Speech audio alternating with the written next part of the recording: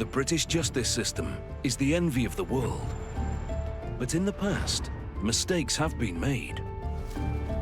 Over the last 150 years, approximately 1,500 people have been hanged in the United Kingdom. Many of those desperately protested their innocence. Some of these long-standing convictions could be a miscarriage of justice. The evidence is so overwhelming that they have to tell the truth. In this series, a living relative will attempt to clear their family name. They found him guilty already by reading this. Searching for new evidence. It's in the form of blood spatter, which is blood that has been projected onto the surface.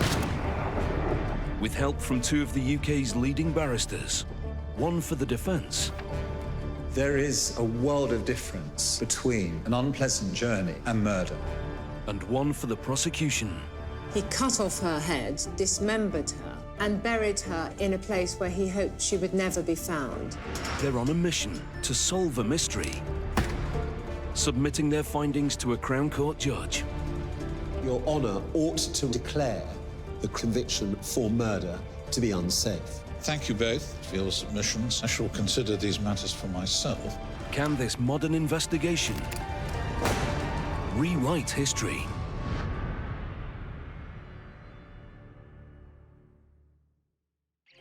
On a cold February morning in 1880, a draper called Thomas Plenderleaf was walking along a country lane on the border of Oxfordshire and Buckinghamshire when he spotted a hat on the ground. He stopped to pick it up and made a grisly discovery.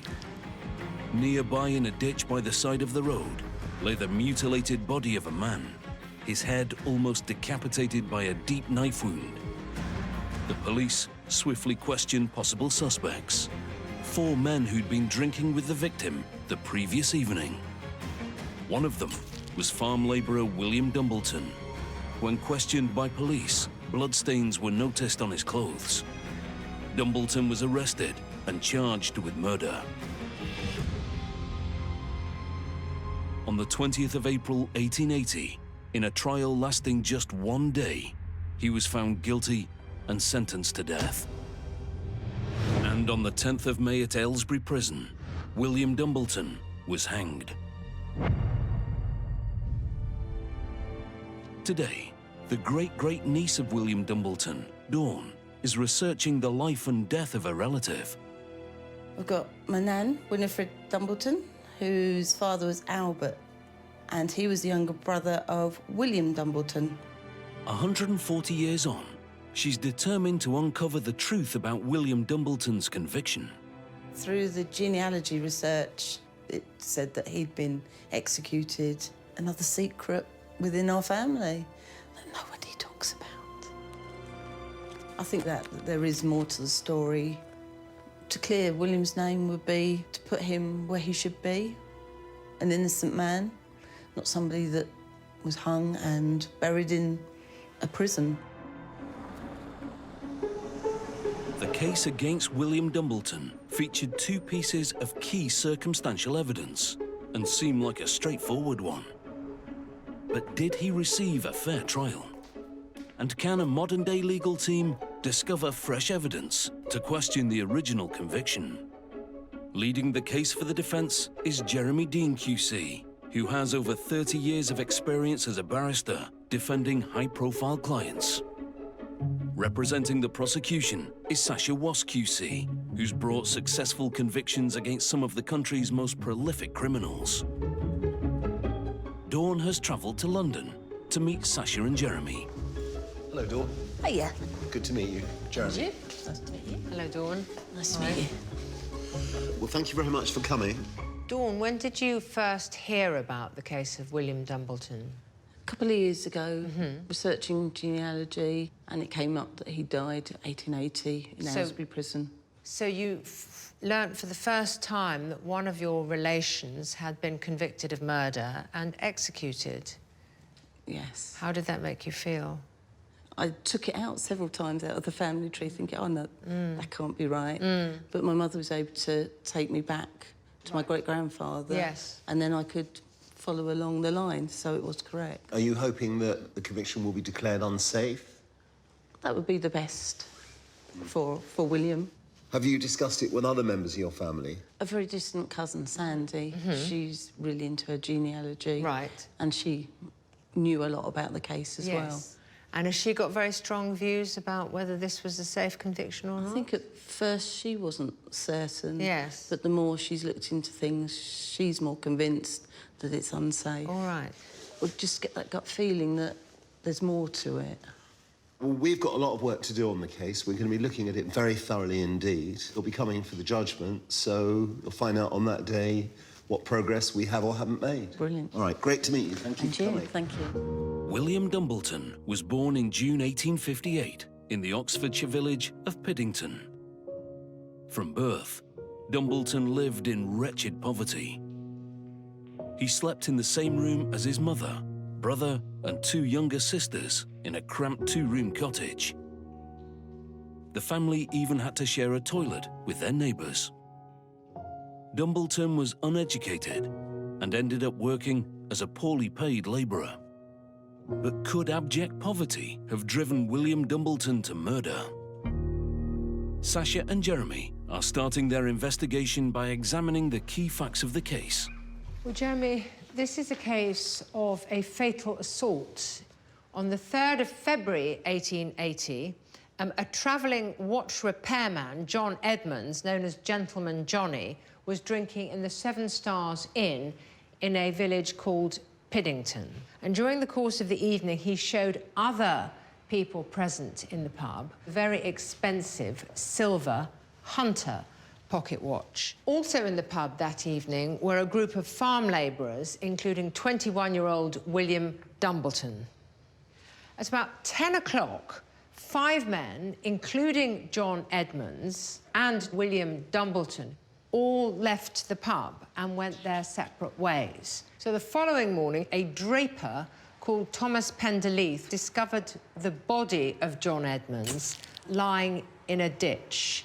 He had been badly beaten and had had his throat cut. But the expensive watch, which he had shown people at the pub the previous night, had disappeared.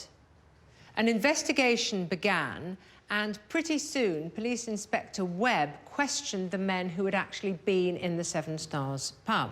Initially, William Dumbleton denied that he had been there at all, saying he'd been at home. But after a while, when he was pressed, he accepted he had been in the Seven Stars that evening at the same time as John Edmonds. Policemen also noticed blood staining on William Dumbleton's clothing, which Dumbleton tried to explain as coming from a scratch on his hand. William Dumbleton was arrested and charged with murder. Dumbleton's trial took place at the Northampton Crown Court on the 20th of April. The whole trial only lasted a day, and he was found guilty and sentenced to death. So, Jeremy, what do you think? John Edmonds and William Dumbleton left with 3 other men. So we need to look at the movements of those other men and put the spotlight on their activities. There might well have been other people involved. And I think we could benefit from speaking to a forensic scientist to look at the crime scene and what any blood evidence given at trial means today. Well, William Dumbleton gave a number of different explanations for his movements and what he did and didn't do. And there were contradictions. It would be useful to speak to a modern-day psychologist, so that's what I'd like to do. Today, William Dumbleton's relative Dawn wants to find out more about the events in Piddington, which led to her ancestors leaving the village over a century ago. She's come to the scene of the murder to meet Diane Janes, a crime writer who's researched the case. Hi, Dawn, good to meet you. And you. So we're standing outside the Seven Stars pub in Piddington, where all the main characters in our story are assembled. So towards the end of the evening, there were just 5 customers left in the pub. One of them was John Edmonds. He was known as Gentleman Johnny, probably because he had a little bit more money than the others. So he'd quite often got other people's watches on him, and he had that night. According to the prosecution case, it was here that John Edmonds had spent the evening, drinking heavily. He was showing the watch around the pub, various other people had handled it. We also know that John Edmonds had had quite a lot to drink that night. At one stage, one witness actually reports that he'd slid off the settle and was asleep on the floor. At around 10 p.m, John Edmonds left the pub with 4 other men. Edmonds set off up the road with father and son Thomas and Edwin Gibbons. Thomas Walker went the other way. Dumbleton stayed outside the pub for a while. And William goes off and says that he just goes straight home, which would be the same direction as the Gibbonses. Further along the road, John Edmonds said goodbye to his companions and continued his journey alone. About a mile along the road, Edmonds was brutally attacked, knocked to the ground, and his throat slashed so deeply that he was almost decapitated. It was the prosecution's case that William Dumbleton was guilty of the crime. It's established pretty well straight away that the watch is missing. So at this point they realise that it's robbery and it's murder. And then they also find a knife just hidden in the hedge, very close by the scene of the attack. It's a very distinctive knife, and there is no doubt whatsoever that the knife belonged to William Dumbleton. Quite a number of witnesses and his own brother and sister identify the knife. The police investigation quickly focused on the men who'd been drinking in the pub the night before. When questioned, William Dumbleton initially denied having been in the Seven Stars. But he wasn't the only person who lied to police. Could someone else have been responsible for the murder of John Edmonds? Sasha and Jeremy are looking at the movements of the men who left the pub together. Well, Jeremy, this is a map of Piddington.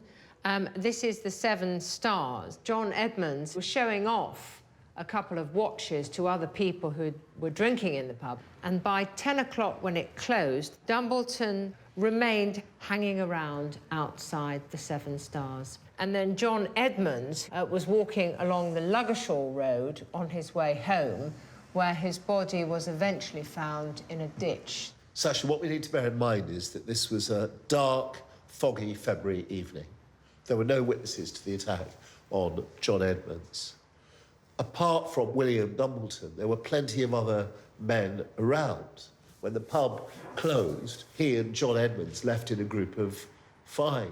The scenario is not straightforward. When he was first questioned by police, he said he'd been at home and hadn't been in the pub.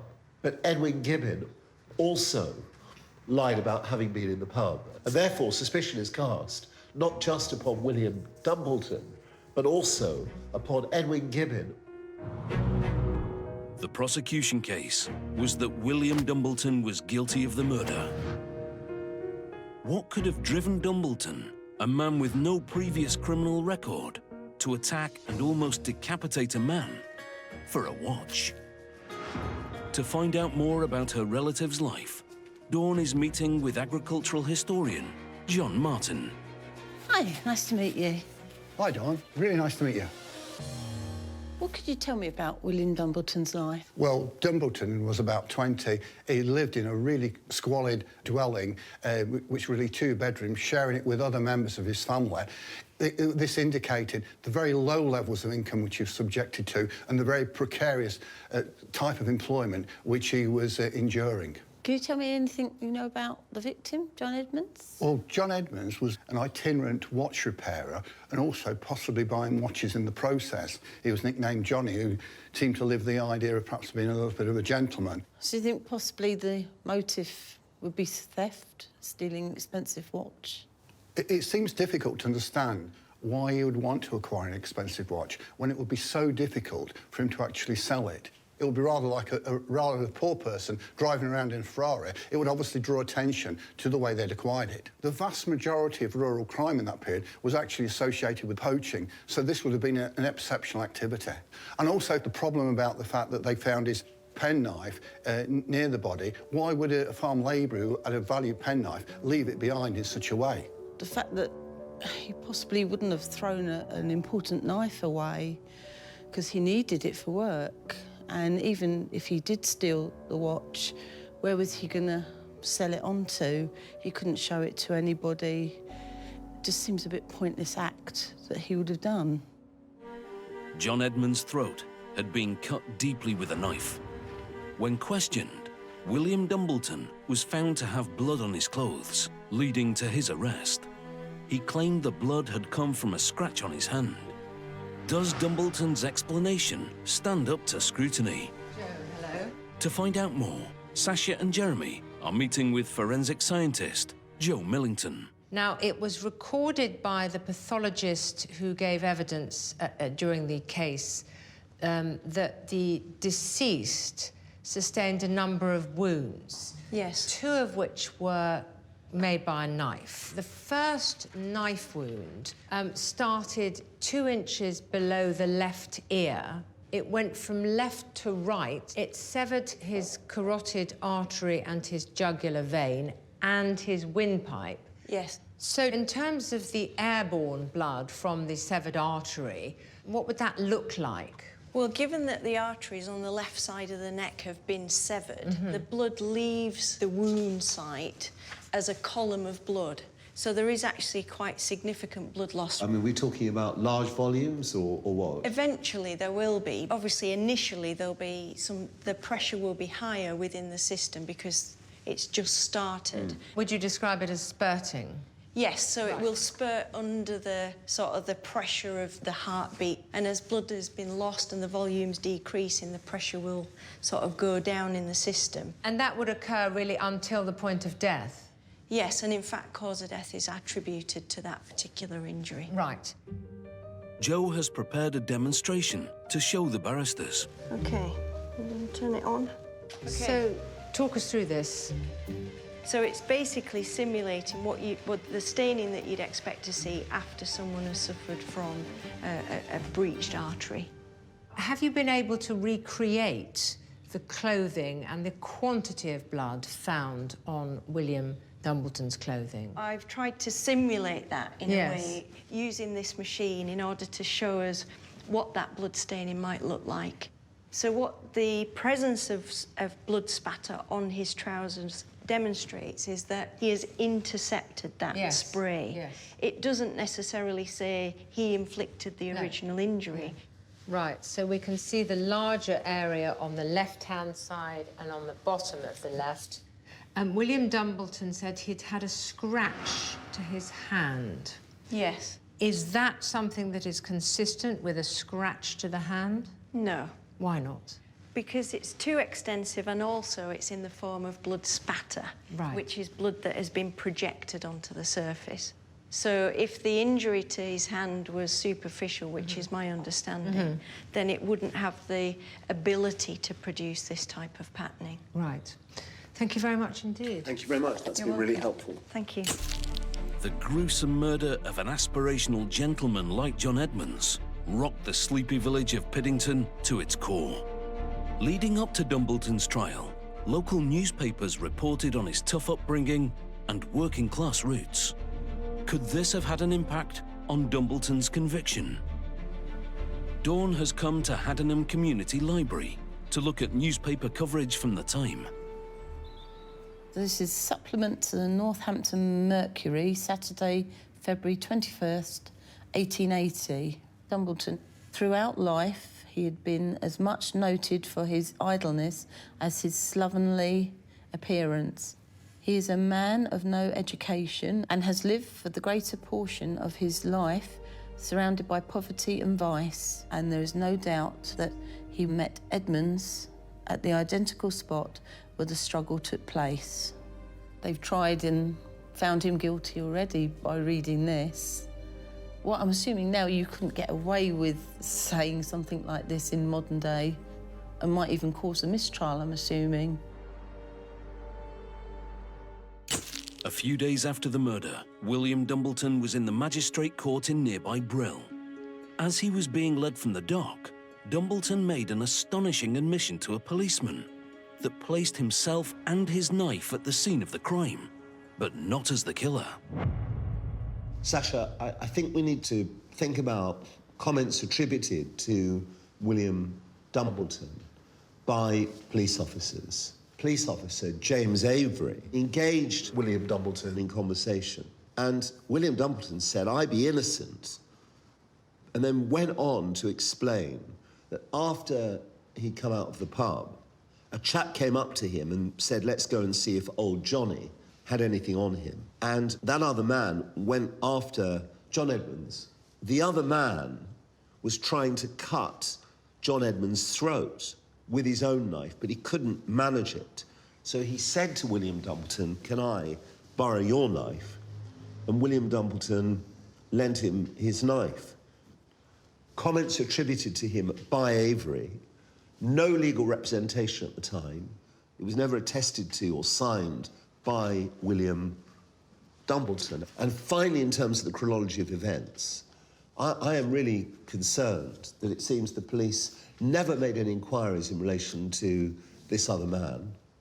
Well, Jeremy, you're absolutely right that no record was made at the time. This was 104 years before the Police and Criminal Evidence Act, which brought all of these safeguards for defendants into the legal system.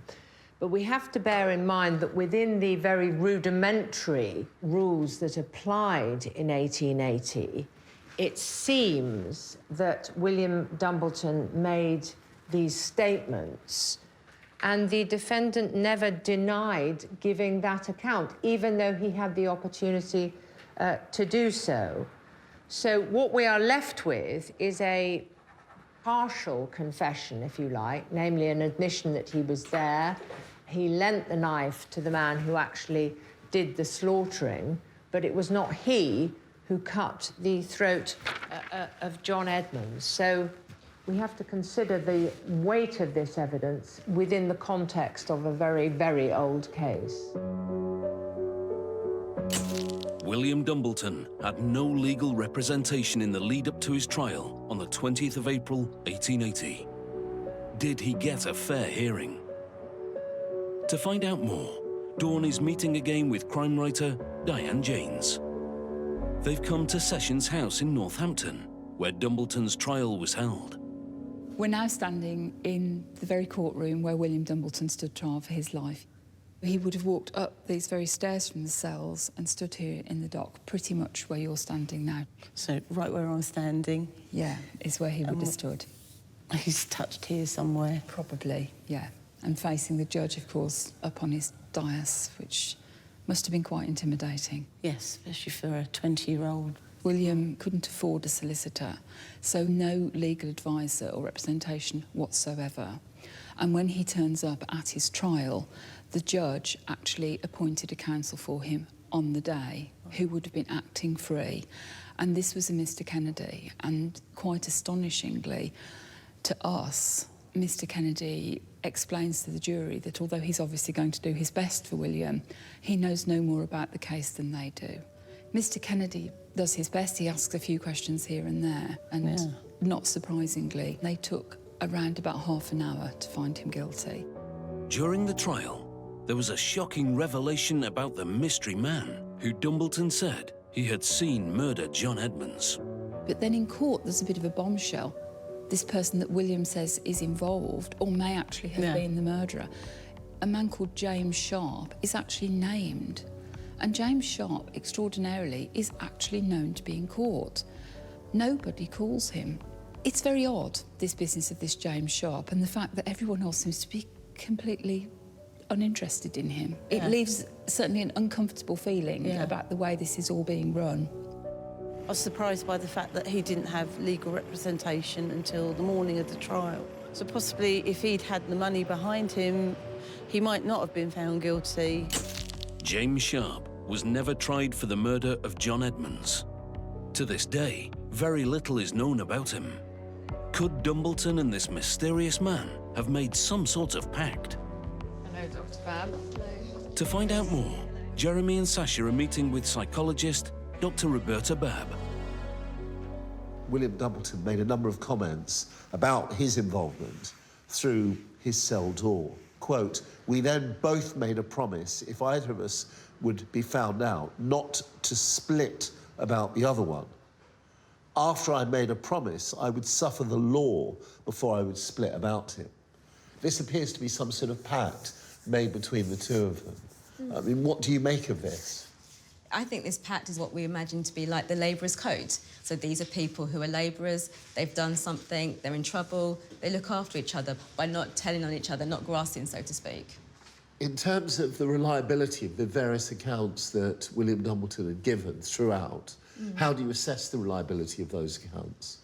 It's really hard to assess the reliability because they were all spontaneous. They weren't done under traditional police procedures. They weren't immediately recorded down. He wasn't actually informed about the nature of how his words may be used in the trial. He's also someone who's quite scared. He's facing the death penalty. So there's a lot going on for him. So it's very difficult to talk about how reliable his accounts is. What sort of background did William Dumbleton have? There was a sense that his mother had questionable morals. She also smoked a pipe at a time where that actually wasn't the done thing for women, and she also used quite foul language a lot of the time. So there's a sense that actually the class that they lived in, the background he came from, was actually quite difficult. Is that background potentially going to have an impact on someone like William Dumbleton's commitment to tell the truth? Yes, we learn by social modelling. And so we learn from the people around us. And so the people around him would have offered a template of how to engage in situations when the truth is needed to be told. We know he was poor. His mother appears to have taken up habits which were perhaps not the norm at the time. We don't actually know anything about how she brought up her children. She may have brought them up to tell the truth the whole time.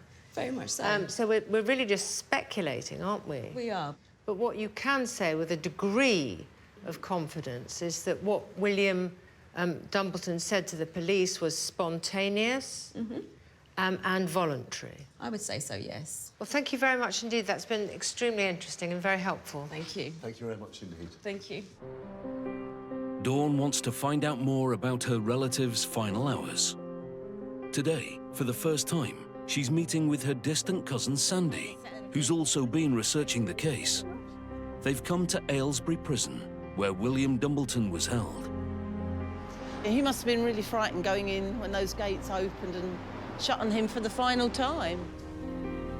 They're meeting Deputy Governor Andy Routley. So, Dawn, Sandy, this is where, on the 10th of May, 1880, that William would have been led to these steps to climb upon the gallows. He would have seen his relatives for probably the last time, so he would have been on a constant watch with two officers looking after him over that final period, because obviously they didn't want to rob the hangman of the execution and they wouldn't want him to commit suicide. So William would have been here, he would have been hung, and he would have probably been left for at least an hour before he was removed. It's quite surreal standing here, knowing that these steps were the last steps he took, where he last stood, where he took his last breaths. Sobering thoughts, isn't it? Yeah. On the 10th of May 1880, minutes from the hangman's noose, it's alleged that William Dumbleton said his last words and made a shocking final confession to the prison chaplain. As God is my witness, in whose presence I'm about to appear, I declare these as my last words before I die. James Sharp knocked the man down. Sharp said, "Lend us your knife." But instead of giving him the knife, I cut his throat myself. I hope God will forgive me for my sin. I mean, he was illiterate and from a farming background, so I really doubt that he would actually use the words that have been written. And some of it sounds more like in the third person sense. Yes. And somebody's written it on his behalf, and I think they've phrased it for him. Dumbleton's version of events changed dramatically between his arrest and his execution. With the judgment imminent, Jeremy is looking at the wording of Dumbleton's final confession.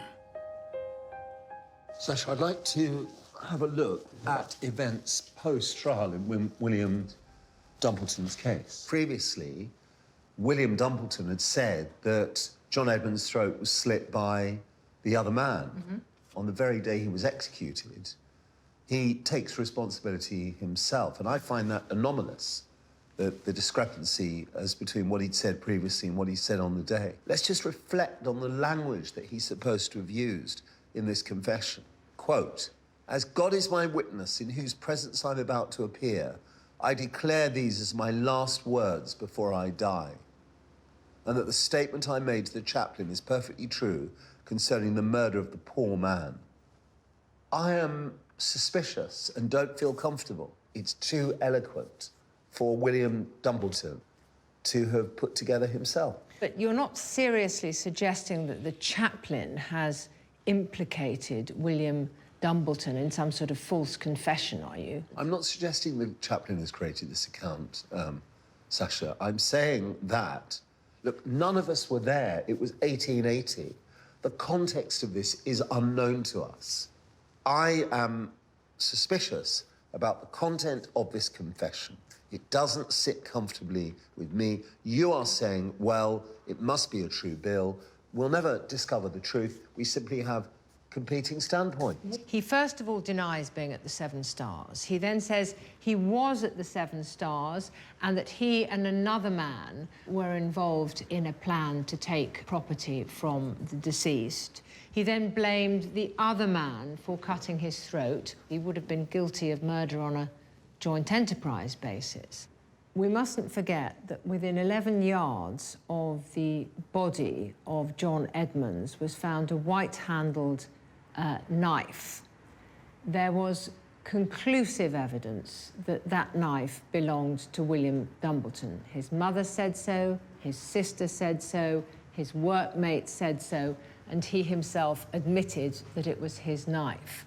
Don't get me wrong, he undoubtedly had a very hard life, but it was that hard life which the prosecution said caused him to slit a man's throat for a pocket watch. Well, Sasha, that's your analysis. I feel that there are serious question marks over this confession.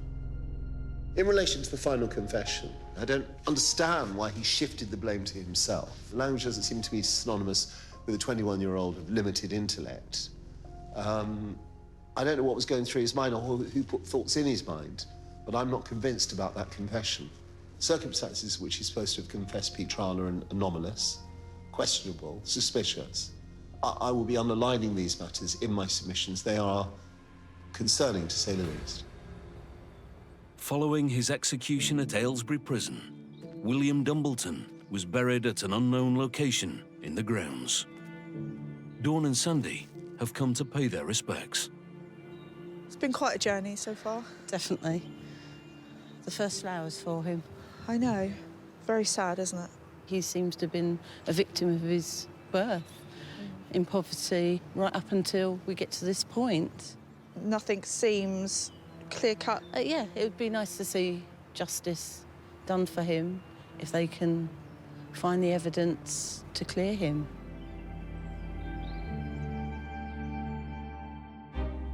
Sasha and Jeremy have completed their investigation and must now make their submissions to Judge David Radford. At the original trial, William Dumbleton ran a defence that was consistent with his admissions. William Dumbleton's difficulty is that that would actually make him guilty of murder on a joint enterprise basis. The representation situation in William Dumbleton was terrible. I'll be concentrating on the fact that he only had a doc brief to represent him, and also some very, very suspect police evidence, which was clearly significant. Will Dawn and Sandy be able to re-establish William Dumbleton's legacy within their family? He had no children, but he does have descendants of nieces and nephews that are still alive, and it'd be good for him to be talked about and not forgotten. Hello, Sandy. Hi, Sasha. And Dawn, hello again. Hi, Jeremy. Now, today is Judgment Day, so Dawn, have you found out any new material in the course of the family journey? So, in the court, finding that he hadn't been represented until that morning. Yes. And do you think that's something that's going to make a difference to the safety of the conviction? I don't think the conviction itself is safe. I don't think the trial itself was a fair one to him. Well, the judge is going to call us in now, if you follow me. OK. Sasha and Jeremy must now present their arguments to Judge David Radford. With over 14 years as a senior judge to the largest Crown Court in England and Wales, he's tried some of the country's highest-profile murder cases. Please take a seat. We're here today for me to consider, with the assistance of learned counsel, the safety of the conviction of William Dumbleton for having murdered one John Edmonds. Mr. Dean, would you like to amplify your submissions now? Thank you very much indeed. Your Honour, the case against Mr. Dumbleton, I submit, was highly circumstantial, principally revolving around blood staining on his clothes and a white-handled penknife, thought to be the murder weapon, identified as belonging to Mr. Dumbleton. So I would submit not a strong prosecution case by any means. It's documented that William Dumbleton went on, according to Police Constable Avery, to give an account which essentially amounted to another man having attacked John Edmonds. That other man was the man who killed John Edmonds. Now, the position in relation to that evidence is that it should never have featured in the case at all. It was obviously very, very damaging evidence from Mr. Dumbleton's perspective. It was what would be regarded in the modern era as an interview with a police officer. The officer initiated the conversation, and then it's claimed that Mr. Dumbleton went on to give this unprompted account. It's the sort of evidence which would not see the light of day in the modern era. It's dangerous, unsafe, unverified, and could well have influenced the jury, and most importantly, was not the subject of proper professional scrutiny for the reasons I've already given. And also, absolutely critical, Mr. Dumbleton had had no opportunity to take legal advice or to gain legal assistance as regards the preparation of his trial for murder. And it's documented when his counsel addressed the jury in this case, he wanted the jury to know that he had, quote, no more knowledge than any of them, the jury, of the case. And so it's my submission, for all the reasons I've outlined today, that Mr. Dumbleton's conviction is unsafe. Therefore, his trial cannot be regarded as a fair or acceptable trial in my submission. Thank you very much, Mr. Dean. I'm grateful to you. Miss Wass.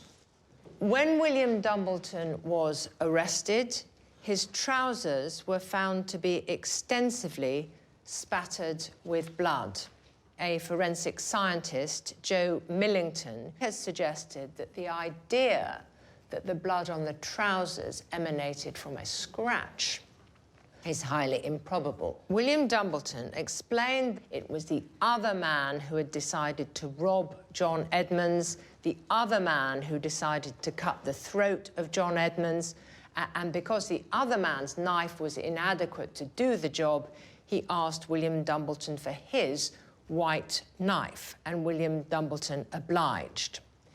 It's worth observing that that account amounts to a confession to murder on the basis of joint enterprise. That is to say that both were acting together as a team to kill John Edmonds. William Dumbleton went on to admit to a prison chaplain that he, in fact, played a greater part in the murder of John Edmonds. The Crown's submission in this case is that the clear evidence against William Dumbleton was the blood, the knife, and his explanation for it. And for those reasons, we regret to say that we do not invite Your Honour to declare that this was an unsafe verdict. Yes, thank you, Miss Wass. If you'd be kind enough to give me some time to gather my thoughts, I'd be grateful. Thank you. The legal arguments have now been presented to the judge. But has Jeremy done enough to question the original conviction? Now that you've heard more about lack of representation, can you see any way whatsoever that he could have got a fair trial in those circumstances? No, I don't think, given the circumstances of only meeting the barrister first thing that morning, the barrister not being able to look over any notes or read anything about what had happened, there's no way that the trial could have continued fairly. But it will be a matter for the judge to determine. Did William Dumbleton brutally murder John Edmonds over 140 years ago? Or was his case mishandled by the legal system, meaning he didn't have a fair trial? Judge Radford is now ready with his verdict. As Miss Wass has outlined, the case against Mr. Dumbleton essentially relied on circumstantial evidence. The murder weapon, a blood-stained white-handled knife, was identified by a number of witnesses as belonging to Mr. Dumbleton. His trousers, worn on the day of the murder, were extensively stained with blood, consistent with close presence to the victim when his throat and artery were cut. The defendant's explanation as to the blood, that it was on his clothing because he had scratched his arm, in my view, stretched credulity, and now with the assistance of modern-day forensic scientist Joe Millington, can be safely rejected as untrue on forensic scientific grounds alone. I do not accept Mr. Dean's submission that this was not a strong circumstantial evidence case. I find that it was. I find that as far as can now be judged, no credible lines of defence have emerged which rendered a conviction in 1880 unsafe because of substantive unfairness. I have concluded, therefore, that leaving entirely to one side Mr. Dumbleton's later fuller confession to the prison chaplain, there was ample safe circumstantial evidence that at the very least Mr. Dumbleton, even on his own case at trial, was a joint principal in the murder and robbery of John Edmonds.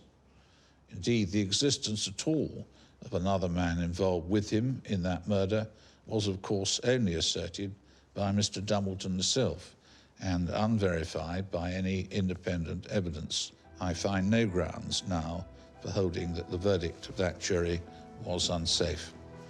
I shall rise.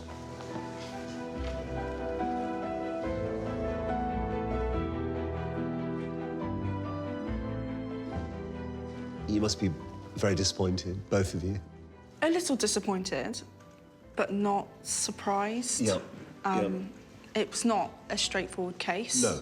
It's unfortunate that he didn't have proper representation, obviously. But I think the judge's view is that even if he had, it wouldn't have made any difference. But it's been fantastic meeting you both. You know, hopefully you've enjoyed the experience of investigating it, and it's been great to meet you. Thank you very much. Thank you very much. Thank you. Lovely to meet you. You too, thank you. Regardless of what has happened just now, I've been able to link up not only with you, but with other members of the family that previously I wouldn't have known about. It's brought together family I didn't know past my great-grandfather, and lots of news stories, I'm sure, that will come out in the Dumbleton line. Can't wait. Watch your space.